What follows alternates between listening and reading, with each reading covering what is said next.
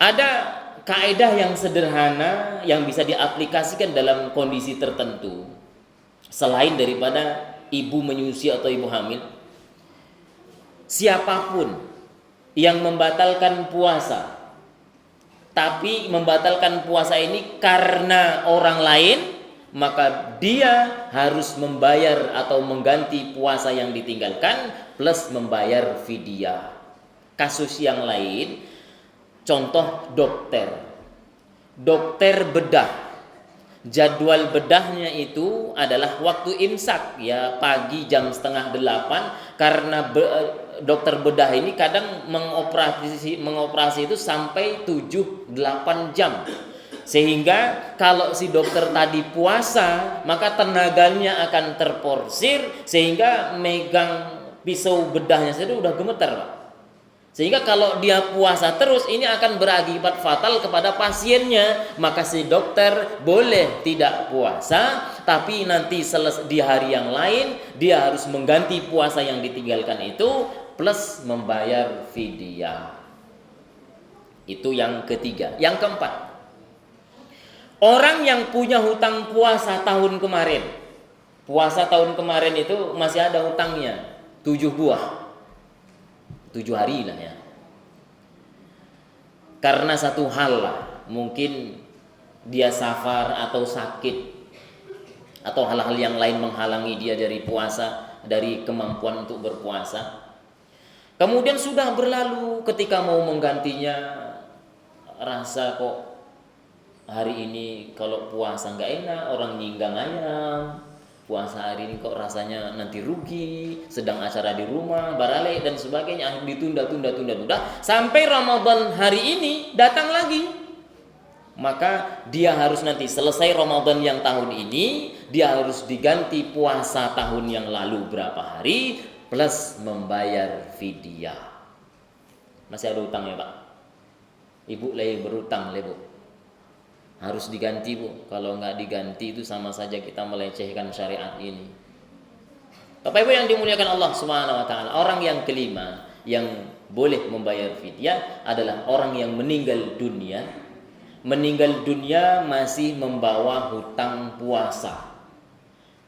Ada hutangnya kemarin 7 hari. Kemudian belum sempat membayar, dia punya kesempatan tapi dia tidak mau membayar, keburu meninggal dunia. Begitu meninggal dunia, kalau memang ada ahli baitnya atau ahli warisnya yang menggantikan puasanya, maka selesai masalah. Tapi kalau tidak ada yang mau, maka boleh diambil dari harta peninggalannya, kemudian dibayarkan fidyahnya. Nah, itulah tipe orang yang bisa mengganti puasa dengan fidyah. Tapi kalau tipe-tipe kita semuanya ini tidak ada yang tipe-tipe fidyah, maka jangan sampai mengambil jalan pintas. Saya batal satu, udah saya bayar fidyah saja 60.000. Sekarang 60.000 banyak. Kalau ukuran Basnas itu 60.000 sekarang fidyah itu. Udah bayar fidyah saja, nggak perlu puasa lagi. Tidak, itu tidak ada urusan kita dengan fidyah, kecuali 5 orang yang tersebutkan tadi.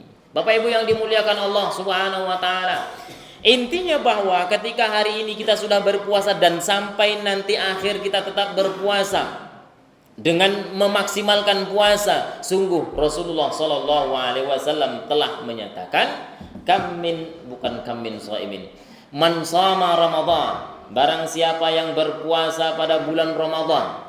Puasa tentu puasa dengan puasa yang sebenar-benarnya, bukan puasa yang sekedar puasa saja, Pak. Akan ada tipe orang puasa cuman menahan lapar haus saja.